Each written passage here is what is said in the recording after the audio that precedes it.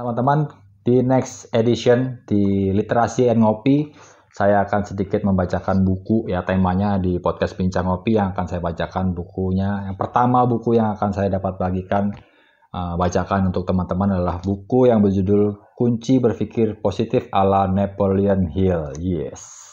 Saya punya banyak koleksi dari Napoleon Hill, kiat-kiat sukses, kiat-kiat membuat manajemen, tentunya kebanyakan bukunya Napoleon Hill tentang spiritual dari dalam diri kita sendiri, yang dimana kita bisa mengubah rasa pikiran kita, perasaan kita yang negatif menjadi positif. Nah, di Literasi and Ngopi jangan sampai ketinggalan teman-teman. Di podcast Bincang Ngopi mungkin setiap hari Rabu akan saya rilis, tapi mungkin belum dekat-dekat ini.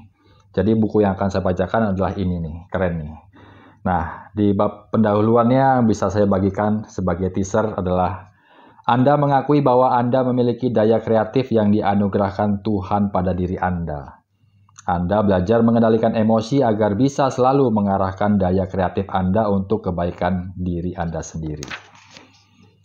Anda menyingkirkan segala sikap negatif yang dihasilkan dari reaksi pribadi yang tidak efektif terhadap pengalaman-pengalaman di masa lalu.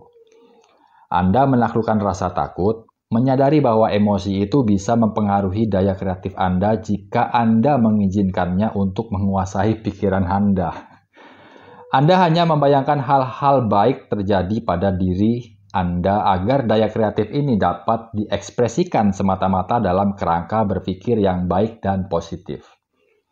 Anda berhenti merenungi kegagalan dan tragedi yang terjadi di masa lalu dan tidak membiarkan kegagalan dan tragedi itu terulang kembali di dalam hidup Anda.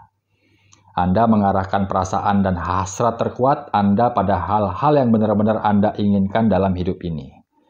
Anda tidak akan pernah dengan sengaja menggunakan energi kreatif yang disebut SMP untuk tujuan-tujuan yang jahat atau egois, karena Anda menyadari bahwa jika disalahgunakan, energi tersebut dapat menghancurkan Anda dan semua yang berharga bagi Anda. Memperoleh bagian manfaat tersebut adalah hak asasi Anda sebagai manusia, adalah tujuan Anda mulai saat ini. Tidak ada yang bisa menghentikan Anda, dan satu-satunya hal yang diperlukan adalah komitmen Anda sendiri untuk mewujudkannya. Ini buku keren banget. Ini saya beli waktu pandemi tahun 2020. Waktu itu saya beli buku ini karena saya membutuhkan pasokan energi yang positif dari dalam diri saya sendiri.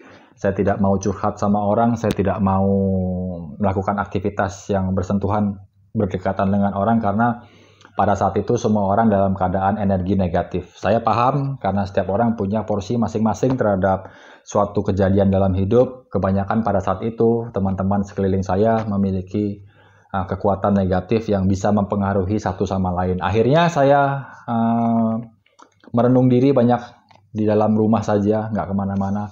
Saya tetap fokus menggali potensi. Ketika saya membeli buku ini merubah sudut pandang perspektif saya terhadap sesuatu kekacauan ya. Mungkin sesuatu kekacauan pernah terjadi dalam hidup saya pernah lewati, tapi berbeda ya tipenya karena tidak dalam masa-masa pandemi yang sangat susah yang menghantam kita semua satu bumi dalam keadaan yang sama.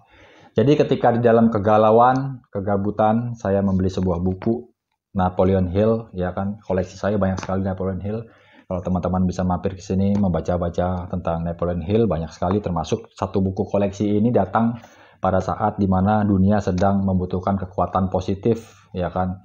Ketika pada masa itu saya ingin belajar, saya ingin meningkatkan kreativitas saya, kekuatan pikiran saya, dan kekuatan energi saya untuk bisa bangkit lagi mengatasi rasa takut yang akan terjadi ke depan lagi.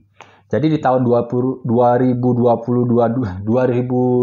ini ya kan, kita sudah melewati fase di mana masa-masa kritis 2 tahun. Dan terbukti ketika dari awal 2020 sampai saat ini saya bisa bertahan dengan sifat-sifat dan pikiran positif. Tentu saya dibantu dan didukung juga sama teman-teman di sekeliling saya, termasuk sama istri saya juga.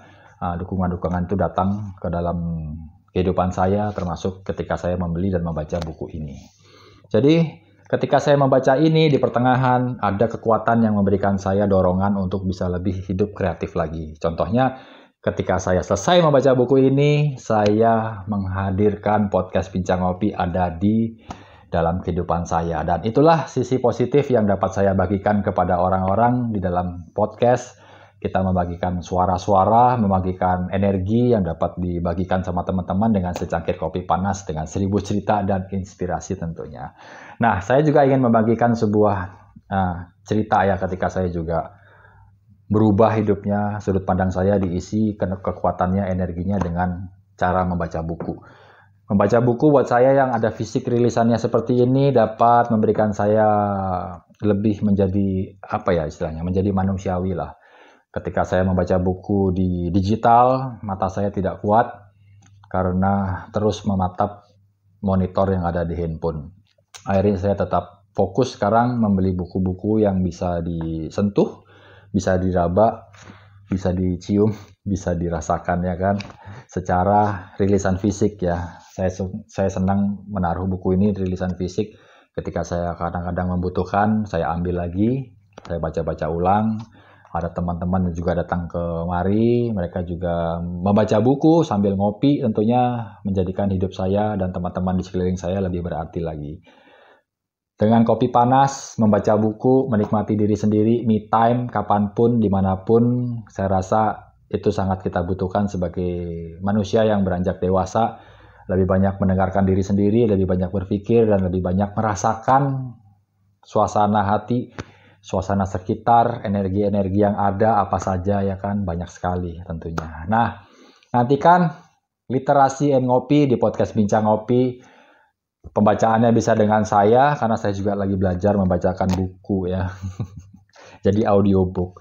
Saya juga masih mengirimkan email, bertanya sama penerbitnya, bolehkah ini dibacain secara ada nilai komersil yang akan saya terbitkan di podcast Bincang Ngopi. Tentunya saya harus izin dulu sama yang punya penerbitan, boleh nggak, supaya nanti nggak ada terjadi masalah yang ada di belakangnya. Nah, ketika literasi and ngopi ini berjalan, mungkin ada teman-teman juga yang bisa hadir mengisi suara-suara yang bisa kalian dengarkan ketika kalian enjoy ngopi dimanapun, ketika kita membacakan sebuah literasi dan sedikit cerita reels yang terjadi dalam kehidupan sekeliling kita. Nah, nantikan dan jangan kemana-mana, tetap pantau terus podcast Bincang Ngopi yang terbit hari Sabtu pagi hari.